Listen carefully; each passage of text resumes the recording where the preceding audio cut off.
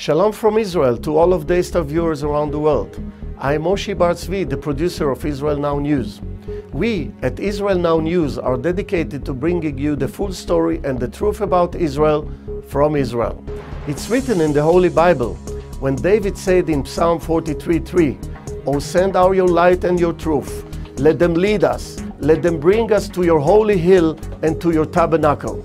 And God says in Zechariah 8:31, "I will return to Zion and dwell in the midst of Jerusalem.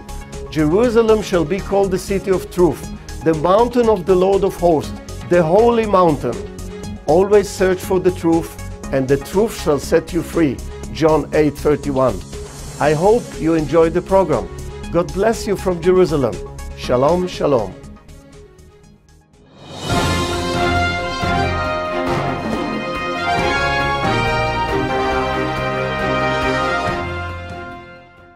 Welcome to Israel Now News. I'm Yochanan El-Rom. And I'm Erin Viner. In our top story, Iranian warships have entered the Suez Canal. Iranian officials said the ships sailed through the Suez Canal into the Mediterranean Sea and docked in Syria to demonstrate Iran's support for Syrian President Bashar al-Assad. The Islamic Republic has become increasingly irate and has threatened a preemptive strike against their enemies. Defense officials in Washington have stated that the U.S. has unmanned drones flying over Syria. The UAVs are gathering intelligence on the crackdown of Syrian President Bashar al-Assad on pro-democracy protesters, and the intelligence gathered will be used to support the case for widespread international response to the uprising. It can also shed light on the extent to which Syria's dwindling allies are assisting the regime. Russia continues to aid the Syrian government with weapons, which also continues to receive aid and support from Iran. Syrian troops have opened fire into crowds of civilians. Forces loyal to Syrian President Bashar al-Assad used live ammunition and fired into large groups of people during a demonstration in Damascus.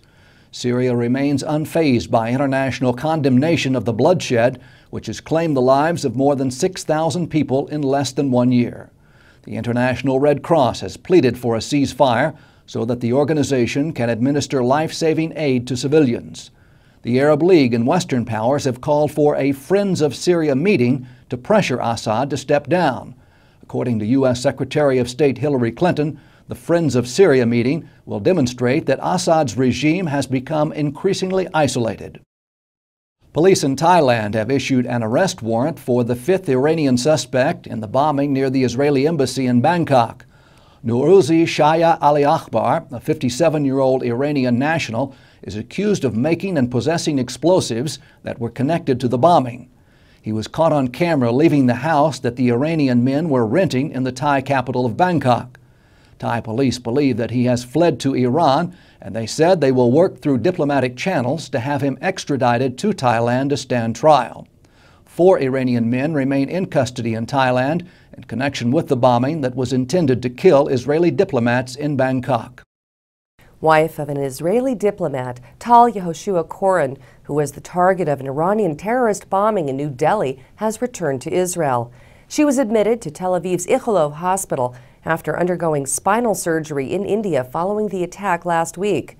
Koren was en route to pick up her children from school when she noticed that a motorcyclist had attached a bomb to the back of her diplomatic vehicle. She jumped from the car just seconds before it exploded. Koren suffered injuries to her legs, spine, and liver. In a statement released by his bureau, Prime Minister Benjamin Netanyahu praised Tal for her courage, saying that all of Israel is thankful that you succeeded in getting out of that car alive, and we are very happy that you are with us. She reportedly told the Prime Minister that she is doing better and that she wants to thank everyone for their support. The Israeli Defense Forces are deploying the Iron Dome missile defense system for the first time in the heavily populated metropolitan area of Tel Aviv. The IDF will be holding simulated rocket attacks in the area, which will give residents an opportunity to see the effectiveness of the system, which has been in use on Israel's northern and southern borders for some time now. Gaza is experiencing a serious energy crisis. As temperatures in Israel plummet into the low single digits, Gaza's energy station has been operational for only a few hours a day. Residents of the densely populated area have experienced blackouts lasting up to 12 hours a day. The Israeli government has approached the Palestinian Authority, offering to sell them enough fuel to keep the power plant fully operational, but the PA has refused. The Hamas-run territory is entirely dependent upon the single oil-fueled power station. Gaza-based PA sources said the fuel crisis is due to a hike in prices by Egypt. However, rumors are beginning to circulate that the energy crisis is a fraud. Director of the Adamer Center for Human Rights, Khalil Abu Shamala, said that a large amount of fuel was transferred into the Gaza Strip last week and that there is plenty of fuel to provide heat and power to all the citizens of Gaza. Israeli Minister of Finance Yuval Steinitz met with Moody's Economic Rating Service last week to request that Israel's credit rating be upgraded. Steinitz listed several reasons why Israel deserves the raise in status, citing the nation's economic soundness and resilience in dealing with the most recent global recession. The Treasury chief also mentioned Israel's low unemployment rate, as well as the financial security of Israel's banks and insurance companies. Steinitz added that the significant discovery of natural gas fields off the coast of Haifa are expected to generate $600 billion in government revenues through 2040. In order to combat the anti-Israel rhetoric on college campuses during Israel Apartheid Week, the Israeli Ministry of Public Diplomacy is sending missions to defend the Jewish state. More than 100 Israelis from diversified sectors of the country have been selected as part of the Faces of Israel mission. They will go to college campuses around the world to represent Israel and dispel the myth of Israeli apartheid. The groups have been trained to present the reality of Israeli democracy and diversity. The mission's goal is to show college students that Israel is a diverse society which values human rights and equality.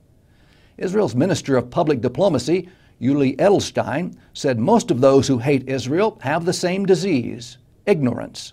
We are sure that the answer to the attempts to delegitimize Israel is not just to give facts and data, but to bring Israel to them. He said that he hopes students abroad who are meeting real Israelis for the first time will stop the messages of incitement and hatred that, at the end of the day, could reach students who will be tomorrow's leaders. In a moving victory for the State of Israel, the French Supreme Court acquitted an Israeli doctor of libel. 5 years ago, Dr. Yehuda David was sued by Jamal al-Dura, who was involved in a shooting during which he claimed his 12-year-old son Mohammed was killed by the IDF. Pictures of the small boy huddled behind his father, seeking shelter from crossfire between IDF soldiers and Palestinian security forces, became a powerful propaganda symbol of the Second Intifada. Dr. David was able to prove that scars that Jamal al-Dura showed the media were not bullet wounds sustained from Israeli fire, as he claimed, but actually stab wounds that he incurred from a Palestinian gang fight with members of Hamas several years earlier. Last year, al-Dura won a lawsuit against the doctor for libel and breaking doctor-patient privilege and was awarded 13,000 euros by a Paris court. Dr. David appealed to the French Supreme Court, which overturned that decision. In a statement, Dr. David said that he'd entered the legal battle to prevent slander against Israeli soldiers and the State of Israel, and that the case involved many lies. The Palestinians are employing the same system, said David, as the Nazis did in their propaganda campaigns. Israeli Prime Minister Benjamin Netanyahu thanked the doctor for his struggle on behalf of the State of Israel and for clinging to justice. Netanyahu called David an Israeli hero and a proud Jew who fought relentlessly for the truth and won. In the weekly cabinet meeting of the Knesset, Netanyahu said that the fabricated tale of Mohammed al-Dura caused greater damage to Israel than any other libel case in recent years. Dr. David fought a difficult legal battle, said the Prime Minister, adding that his victory is a victory over the false allegations made by the Palestinians and that the justice of the Jewish people has triumphed. Israeli scientists claim that you can have your cake and eat it too for breakfast. A recent study by a research team from the Edith Wolfson Medical Center in Cholon and Tel Aviv University said their findings show that eating a breakfast high in carbohydrates and protein will help people lose weight and prevent them from gaining back extra pounds. Professor Daniela Jakubowicz, leader of the 32-week-long study, said losing weight increases hunger, cravings for carbohydrates, and increases ghrelin hormone levels. But a breakfast rich in carbohydrates and protein helps reduce the hormone levels, which in turn helps prevent recurring weight gain. She said participants in the low-carbohydrate diet group felt less satisfied and they were not full. However, the group that consumed a bigger breakfast, including dessert, experienced few, if any, cravings for these foods later in the day. Aaron, that sounds like my kind of breakfast. And that concludes the news portion of our show. Please stay tuned for Ask the Source with Josh Reinstein.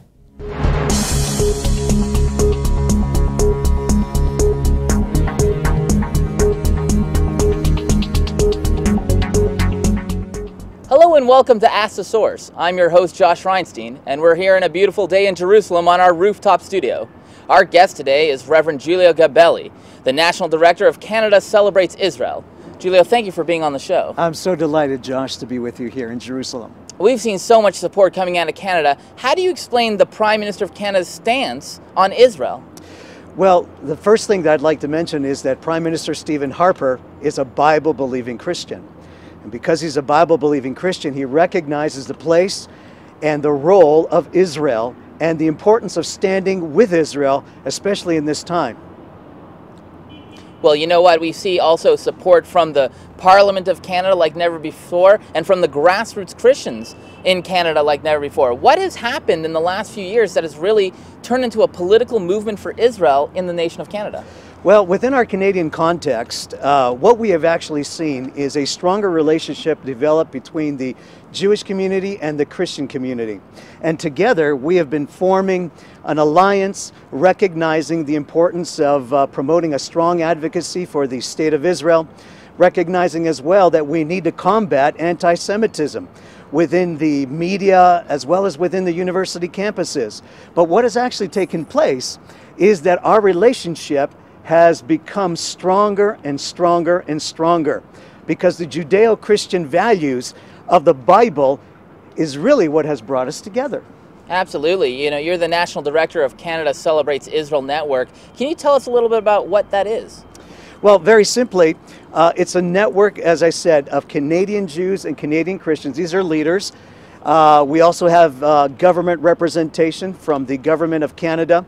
We gather together twice a year to discuss how we can work together in solidarity, again, to promote a stronger advocacy for the State of Israel and to promote initiatives that actually strengthen Canada-Israel relationship politically, religiously, even within the business communities of Canada.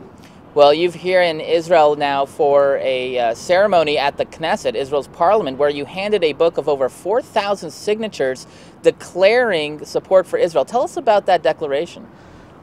The Canada-Israel Declaration was a declaration that we formed based on our Prime Minister's stand and the comments that he made that actually shocked the world, because it was the first time that a Western leader, one of the strongest nations of the world, the G8 nations of the world, actually making the kind of statement that we will stand with Israel no matter the cost. And so that statement that was made, we felt was a strong statement for us to affirm together. And so the Canada-Israel Declaration was a declaration that we signed together in 4 specific cities, and Josh, you were there as well. Absolutely. With 3 of the Knesset members representing this delegation from Israel, and we traveled 4 cities across Canada, very well attended from the Christian community, the Jewish community, politicians, business leaders, and all of them then had an opportunity to actually sign that declaration to say, we are standing in support of Israel. And so just the other day we had this opportunity to present it to the Knesset members and to the government of Israel to say there are many that are standing in support of the State of Israel. Well, I understand that in 2013 you're planning to revamp this organization with another tour across Canada in different cities to energize the grassroots there. What are some of the future plans for Canada Celebrates Israel? Well, obviously, you just mentioned another delegation coming from Israel. I think this delegation serves a great purpose, because when the grassroots level, or I should say, when the people in Canada recognize that there's a delegation from Israel, Knesset members, also under your leadership as the director of the Knesset Christian Allies Caucus, coming to Canada, educating the Canadians about the importance of this relationship. It really serves a great purpose. Now, we're looking at not only these kind of initiatives, but we're also looking at not only creating greater relationship, but also coming into a place where our own Prime Minister will be present at these functions, and I believe that day is going to be coming soon. Well, Pastor Gambelli, there are literally millions of people watching this show today. What message would you have for our viewer? For all of you that are watching, I would very simply say right here from the city of Jerusalem, this is the city that Hashem has placed his name upon. And obviously the city is under great pressure even now. The Israeli government is under great pressure. You understand the political situation that exists to divide this city. But this is the city that should not be divided. This is the eternal capital of the Jewish people, of the Jewish state of Israel. And I would ask you, wherever you are, to speak to your leaders, speak to your government leaders, and take a stand in the public arenas to make sure that everyone recognizes that the city of Jerusalem should remain the undivided capital of the Jewish state. And the Bible says that if you will bless Israel, if you will bless the Jewish people, God will bless you. Thank you, Reverend Gambelli, for being on the show, and thank you for tuning in to Ask the Source. I'm your host, Josh Reinstein. Now back to the studio.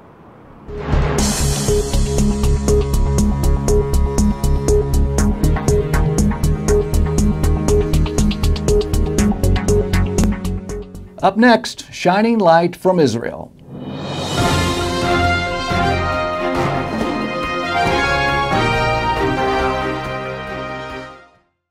What makes the miracles of Jesus even more miraculous? Standing where they happened, in Israel. Come visit Capernaum, where Jesus restored a paralytic's helpless legs. Sail the Sea of Galilee, where Jesus walked on the water. Stroll through the Garden of Gethsemane, where Jesus healed a servant's ear. To learn more about standing where it all happened, in Israel, visit www.goisrael.com. Come visit Israel.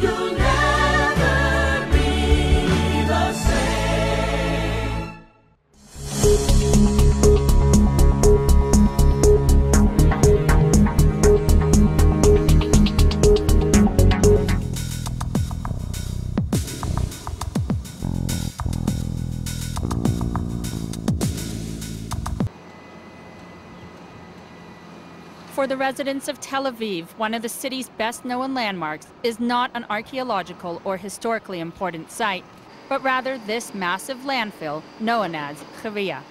For decades, an endless convoy of trucks dumped the nation's garbage here. By the time Cheria was closed in 1998, the mountain of waste had reached an unbelievable height of 60 meters, and the stench and ugliness was unbearable. I think that in the past people just don't care what happened in Cheria, and because of it, the government didn't care. It took years for authorities to put a stop to this environmental tragedy, but today Cheria is in a process of rejuvenation. The landfill is now being transformed into the largest and most advanced environmental center in the country, including a waste sorting and recycling center, an educational unit, and a green energy production facility. Cheria has even become a top destination for school trips. Children learn about past mistakes and the importance of keeping the environment clean and green. Here, they are playing a game that shows what happens to the garbage they throw out. We hope to change the way we treat the environment, and I see the difference now. Kids are more aware, and they come more with plastic bags, plastic boxes instead of plastic bags that they reuse all the time. And you can see small things, but still it changes. Recycling is another important lesson. The visitor center is decorated with what can best be described as discarded object art. I uncreate garbage. I take garbage from the streets, from here around this area, and I do many things with it. Furniture and lamps and accessories for fashion design, and also clothes. The garbage has not left Cheria completely. Trucks still dump refuse at the site, which has now become an environmentally friendly waste transfer station. That is, garbage is brought here, sorted, recycled, and what's left is shipped out to a remote dump in the Negev. We must do more and more recycle, so as little garbage as we can will go for dumping, and as much as we can will be recycled and used as new commodities. There are a number of innovative projects underway at the transformed Cheria landfill. Inside these green containers, waste is being converted into natural gas, which is used for power at the site and factories in the area. Over here, irrigation water is being produced from raw sewage. The waste fluid is pumped into a series of soil-filled pools that filters and purifies the water through a bioremediation process. And while residents not so long ago avoided coming anywhere close to Cheria, officials believe this site will soon attract the masses. I think that if this dream will come true, people from all over the world will come to Cheria to learn how to take a place that was neglected by the people and make it the core of the metropolis. Towering over Tel Aviv, Cheria once symbolized the height of mismanagement. Now it has the potential of becoming a beacon of environmental awareness.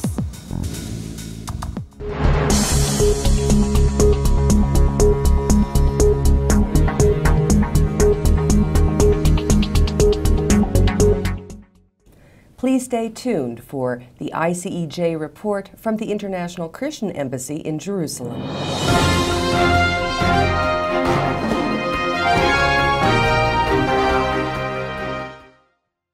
What makes the miracles of Jesus even more miraculous? Standing where they happened, in Israel. Come explore Jerusalem, where Jesus opened blind eyes. Visit the hills of Galilee, where Jesus fed the multitude. Stroll through Capernaum, where Jesus lived and taught and healed. To learn more about standing where it all happened in Israel, visit www.goisrael.com. Come visit Israel.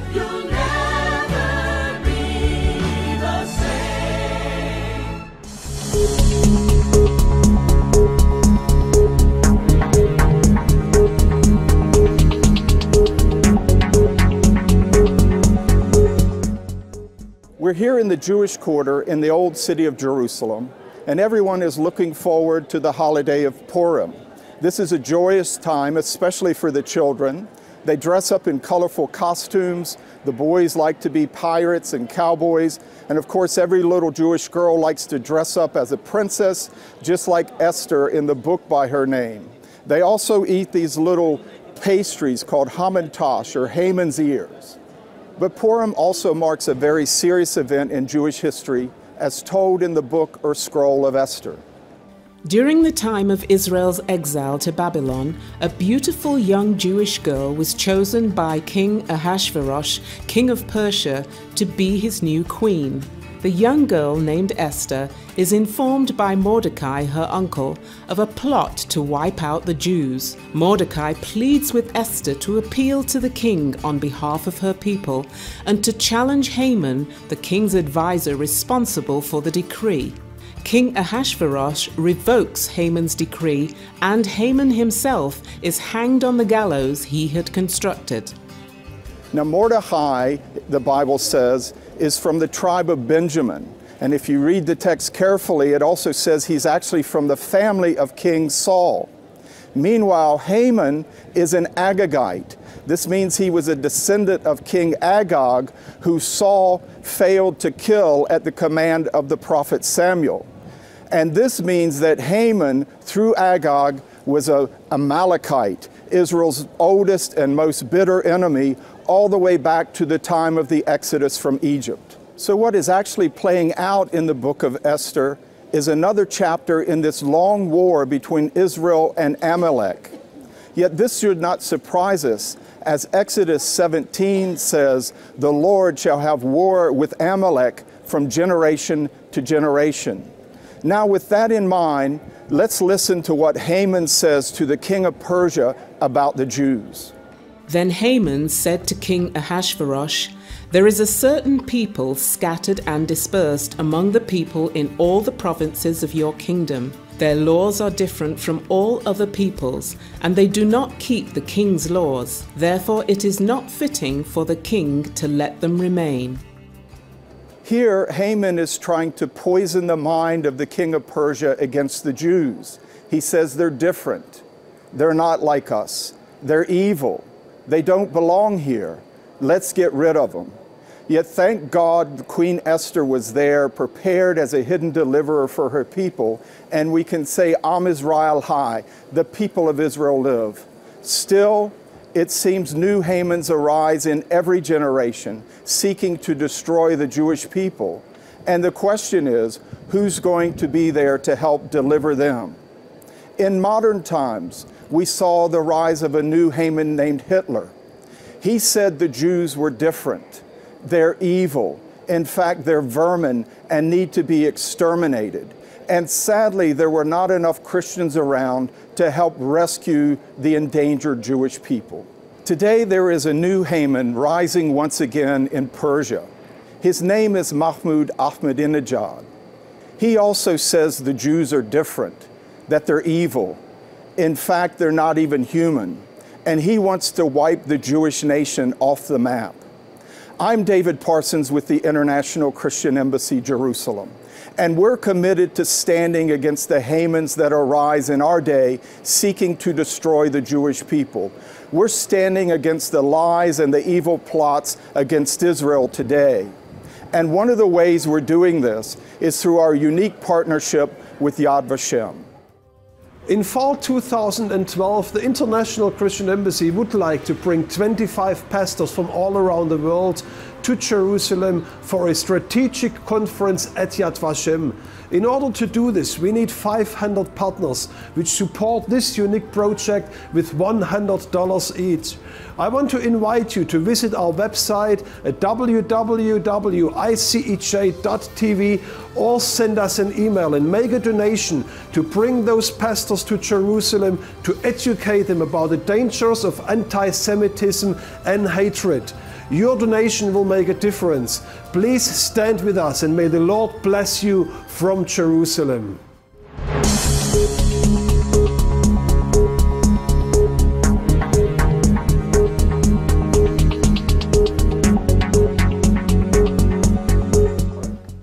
And that's all for this edition of Israel Now News. I'm Yochanan El Rom. And I'm Erin Viner. Please join us again next week for all your Israel updates.